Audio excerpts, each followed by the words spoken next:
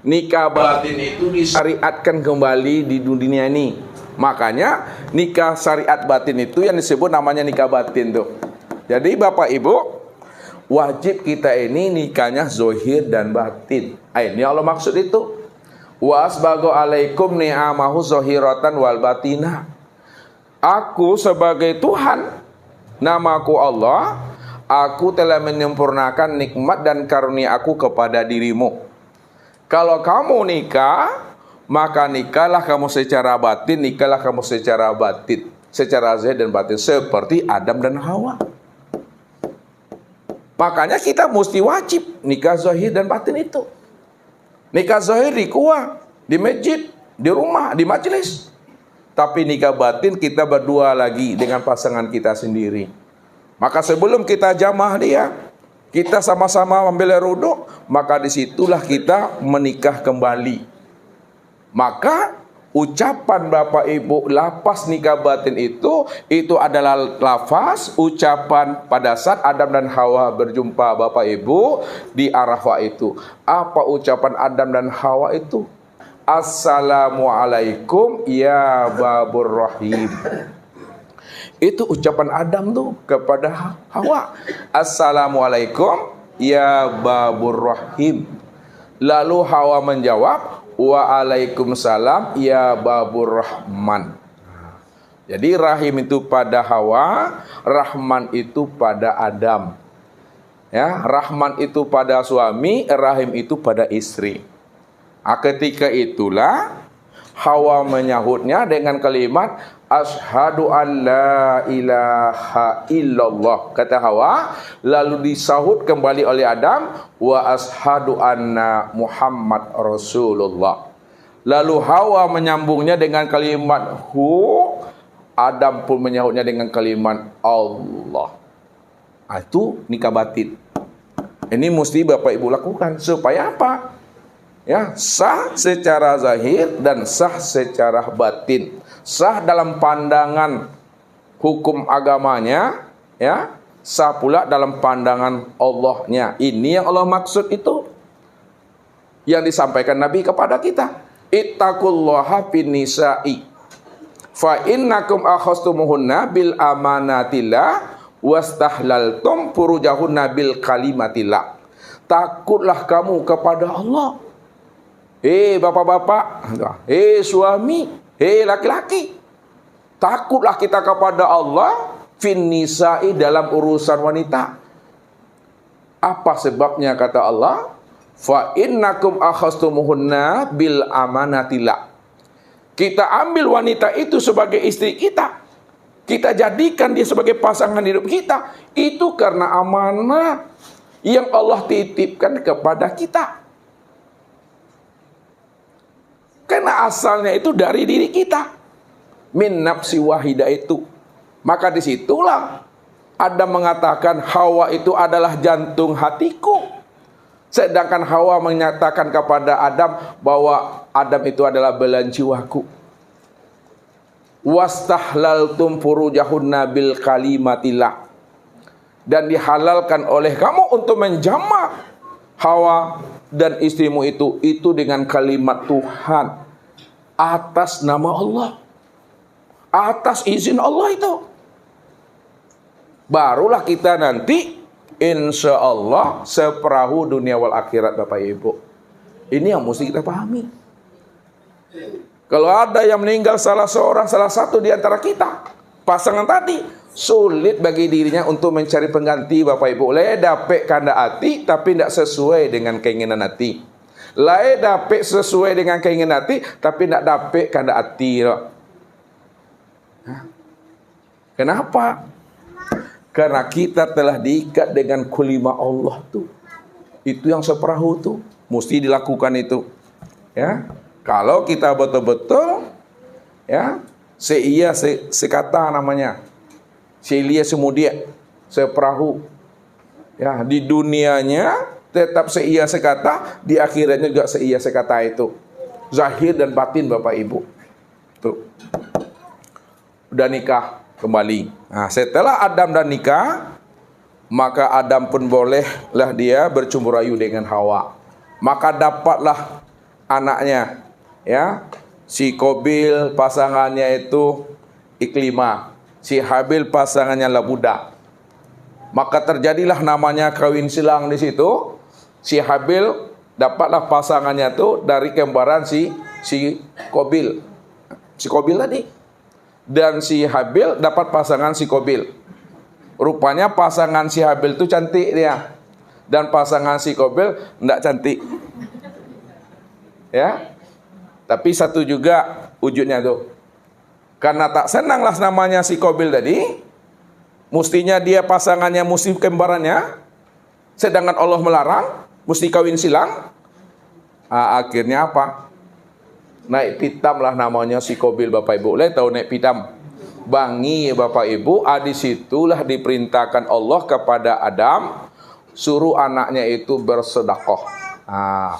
Yang satu, si Habil sedekahnya itu adalah sedekah kibas, yang gemuk, besar, mengkilat badannya, cukup umur. Yang si Habil, yang si Qabil, buah-buahan Bapak Ibu. Buah-buahan ala ketek, busuk puluh oleh masam loleh. Makanya yang diterima adalah sedekahnya si Habil. Ya. Diterima. Karena diterima sedekahnya si Habil, adiknya, akhirnya si Qabil membunuh adik kandungnya sendiri. Meninggal Bapak Ibu. Ketika meninggal bingung pula dia. Bagaimana cara menguburkannya ini? Maka disitulah Allah buat perumpamaan dan kias lagi. Didatangkan Allah lah namanya burung gagak. Ya, yang mana burung gagak itu saling berkelahi. Ketika salah satu burung gagak itu berkelahi lalu mati, maka burung gagak yang hidup ini menguburkan saudaranya yang mati itu. Terlihatlah sama si Qabil tadi. Rupanya cara menguburkan adiknya itu tidak lain adalah dengan cara menggali tanah itu. Itu sejarahnya. Kenapa? Ya, umatnya Rasulullah itu kalau meninggal dikuburkan dia. Ada rahasianya itu. Ketika itu Bapak Ibu, pada si Qabil dan si Habil sebenarnya tidak nampak namanya Nur Muhammad itu pada dirinya. Tidak ada Nur Muhammad. Kenapa? Karena Nur Muhammad itu watakallubaka fisajidin. Nur Muhammad itu dia akan berpindah-pindah dari rahim yang suci ke dalam rahim yang suci itu. Maka ketika itulah Adam tadi dalam keadaan sedih yang sangat Bapak Ibu. Karena anak yang tersayangnya itu meninggal dunia, dibunuh. Maka atas izin Allah, Adam pun kembali mendapatkan namanya anak dari pasangannya Hawa itu. Maka terzahilah yang disebut namanya dengan Nabi Sis. Ini Adam.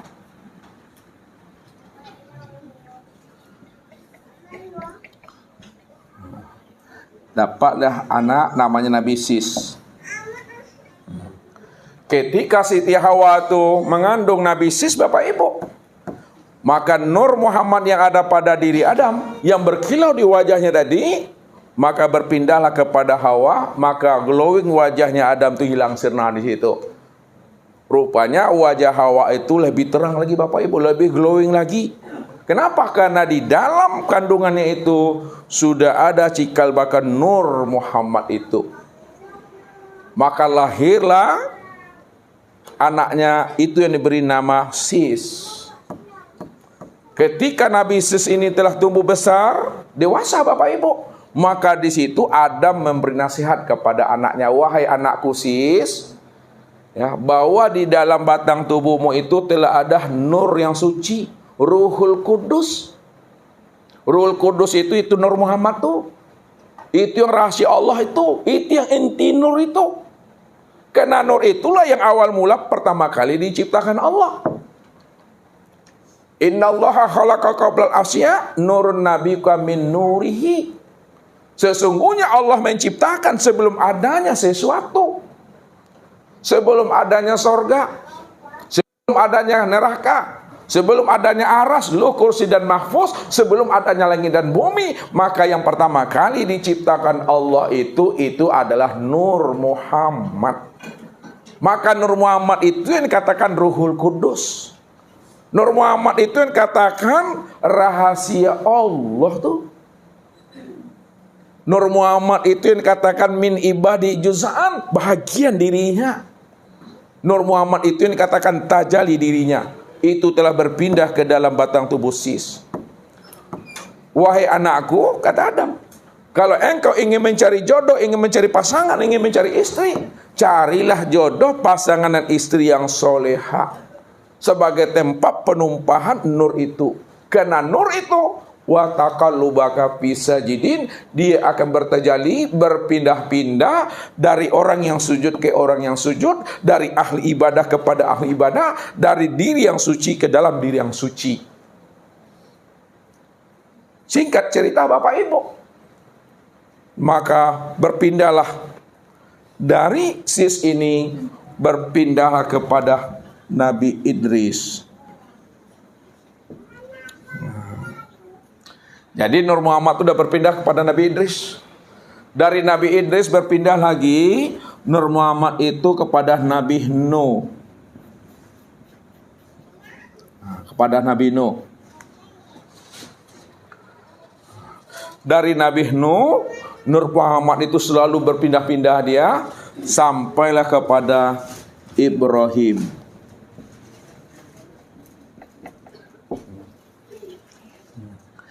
Dari Nabi Ibrahim, Nur Muhammad itu berpindah lagi kepada Nabi Ismail.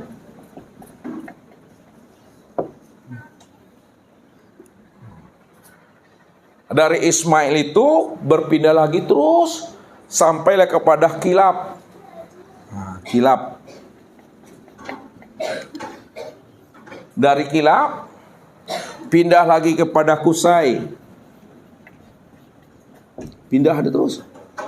Daripada Kusai pindah kepada Abdul Manaf, buyutnya Rasulullah.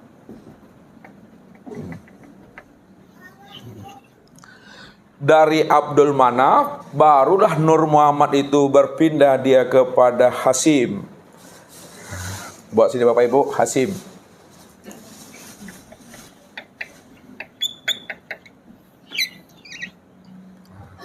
Hasim ini punya anak namanya Muthalib.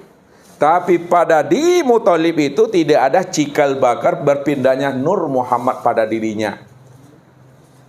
Namun karena Muthalib ada adik, tinggalnya di Madinah, maka pada adiknya itulah terlihat cikal bakal Nur Muhammad. Adiknya Muthalib itu disebut namanya Saibatul Hamdi.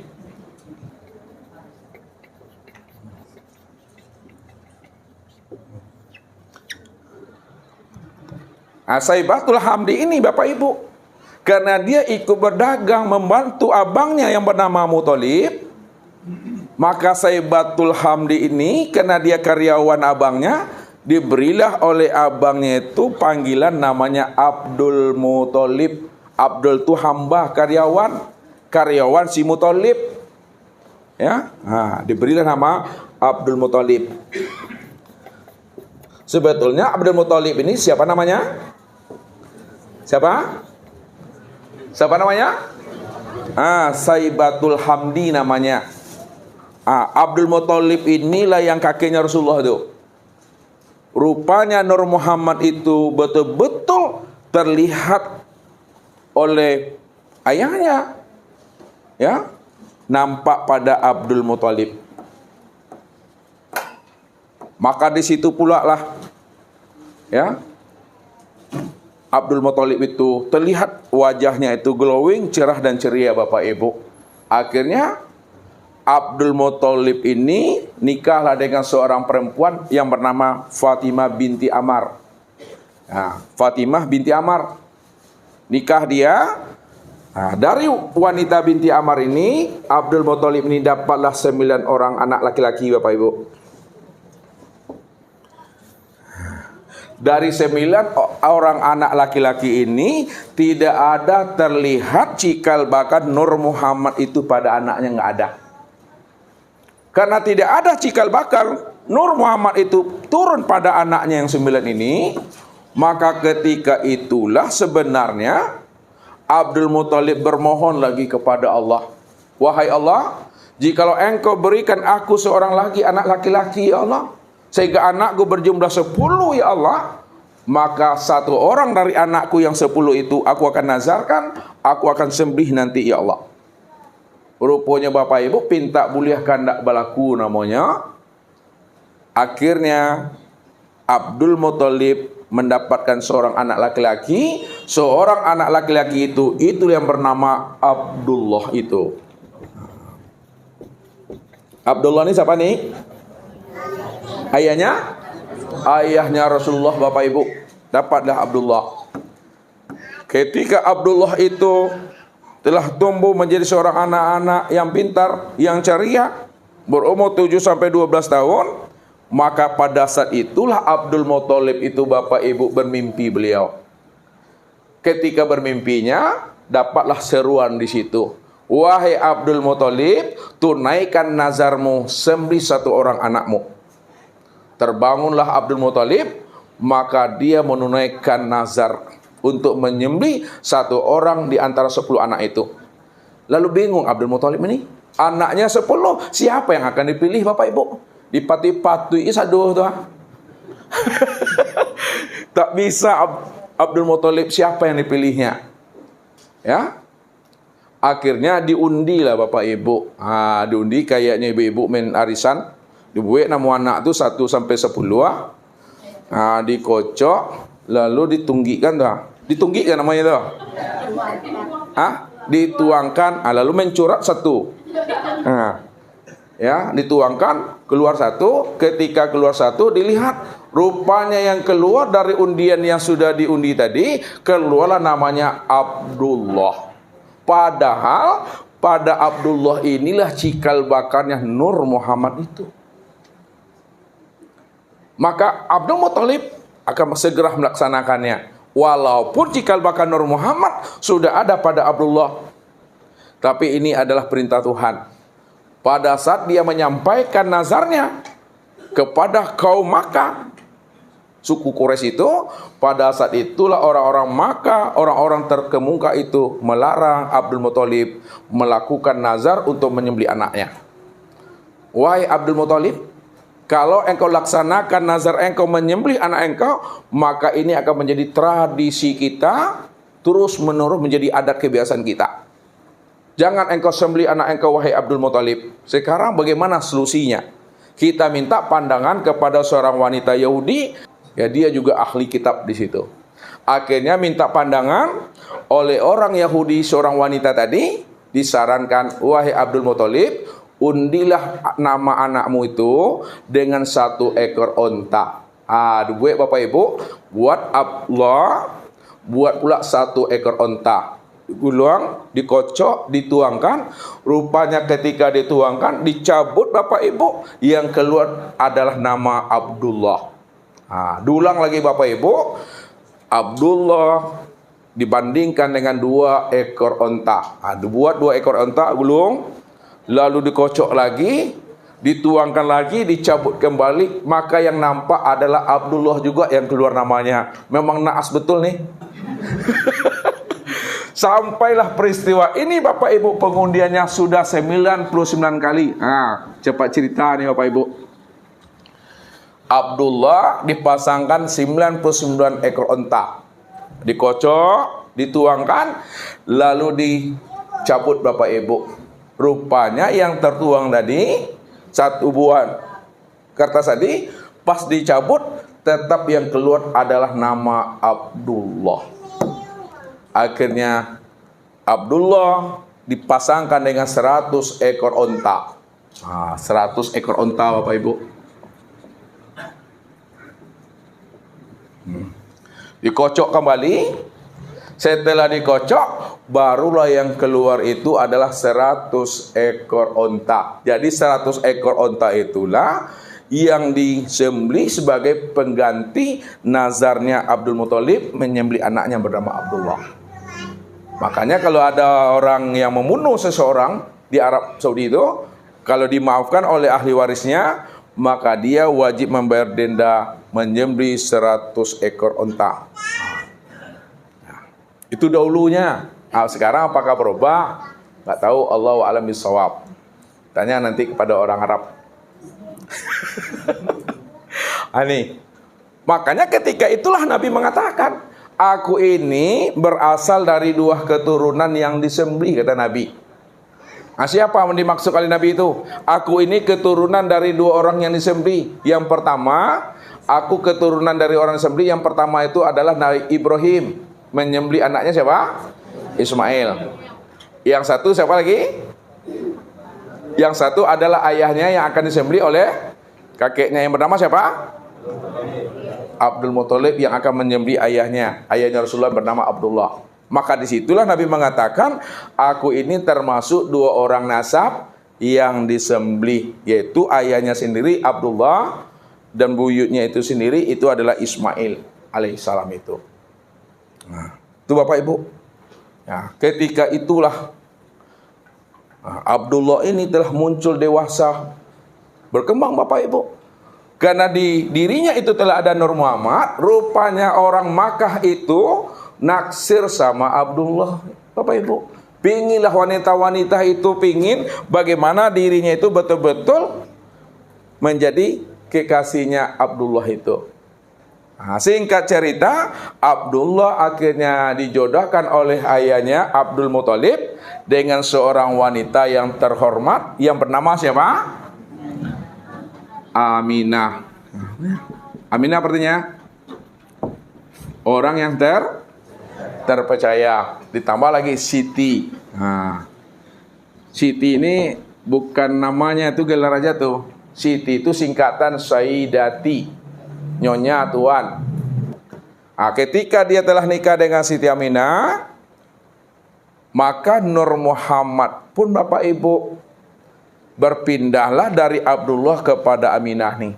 Berpindah Nur Muhammad nih. Maka wajahnya Abdullah itu ya biasa aja. Yang ceria itu, yang glowing itu adalah wajah istrinya Aminah. Kenapa? Karena di dalam kandungan rahimnya Aminah tadi itu sudah turun namanya Nur Muhammad itu. Maka wajahnya Siti Aminah itu sangat luar biasa kilauannya.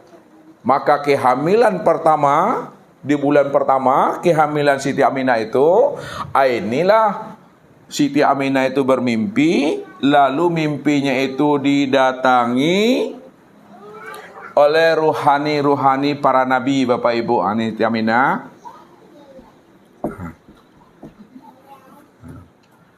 ya, bulan pertama itu beliau mimpi lalu didatangi oleh Nabi Adam. Apa kata Nabi Adam? Wahai Aminah, bahwa di dalam kandunganmu itu ada cikal bakal Nabi penutup akhir zaman. Jagalah kehamilanmu, jaga kandunganmu. Ya. Bulan kedua, maka Aminah pun mimpi lagi. Maka mimpinya itu didatangi oleh Nabi Idris. Nabi Idris juga menyampaikan begitu. Wahai Aminah, aku ini adalah Idris, bahwa di dalam kandunganmu itu ada seorang nabi akhir zaman. Jaga. Sampailah kandungan yang bulan ketiga, ya, didatangi oleh Nabi Nuh. Kemudian bulan keempat, ya, didatangi oleh Ibrahim.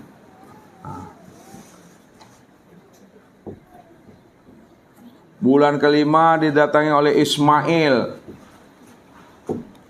Kandungan bulan keenam, ini datanglah Nabi Musa. Disinilah Nabi Musa menyampaikan, wahai Aminah, ya nanti ya ayahnya, cikal bakalnya seorang Nabi dan Rasul akhir zaman ini dia meninggal dunia. Jangan engkau bersedih hati, jangan engkau kecewa. Ya, tetap jaga kandunganmu sampai dia melahirkan. Makanya Nabi Adam ketika Mi'raj itu berjumpa Nabi Musa itu di langit yang ke-6 tuh. Pada bulan yang ke-7 datanglah ruhaninya Nabi Daud. Sama nasihatnya, bulan Kedelapan, datanglah ruhani Nabi Sulaiman. Dan bulan yang ke-9, Bapak Ibu. Nah, 9. Sini buatnya. Nah, baru berjumpalah dengan Nabi Isa. Jadi dari kecil Bapak Ibu sudah nampak bibitnya bahwa dia itu akan menjadi seorang Nabi dan Rasul. Dari kecil nih belum lagi lahir udah nampak tanda-tanda nubuah tuh maksudnya tuh. Sudah nampak kilauan nurnya itu. Nah, makanya beliau itu telah didatangi oleh ruhani-ruhani para nabi dan para rasul. Tepatlah pada tanggal 12 Rabiul Awal, malam Senin itu, ketika itulah ya Siti Aminah itu dihadiri ya oleh ruhani wanita-wanita suci. Jadi pada saat Siti Aminah itu melahirkan, itu didatangi oleh wanita-wanita suci, yaitu Siti Hawa, Maryam, ya, kemudian Aisyah, ya, Hajar itu didatangi. Di samping beliau itu, ya, secara zahirnya dibantu persalinannya itu oleh Asyifa. Jadi dukun beranaknya Rasulullah, ya, atau bidannya itu namanya Asyifa atau As-Safa. Kemudian dibantu oleh Al-Barakah. Nah, setelah Rasulullah itu lahir Bapak Ibu, sesuai dengan pesan yang didapatkan oleh Aminah di waktu mimpinya berjumpa dengan para nabi dan para rasul. Karena para nabi dan rasul ketika itu berpesan bahwa anakmu itu kami kenal dan dia terkenal di langit, panggilannya dengan Ahmad. Jadi Ahmad itu panggilan beliau itu oleh orang-orang langit.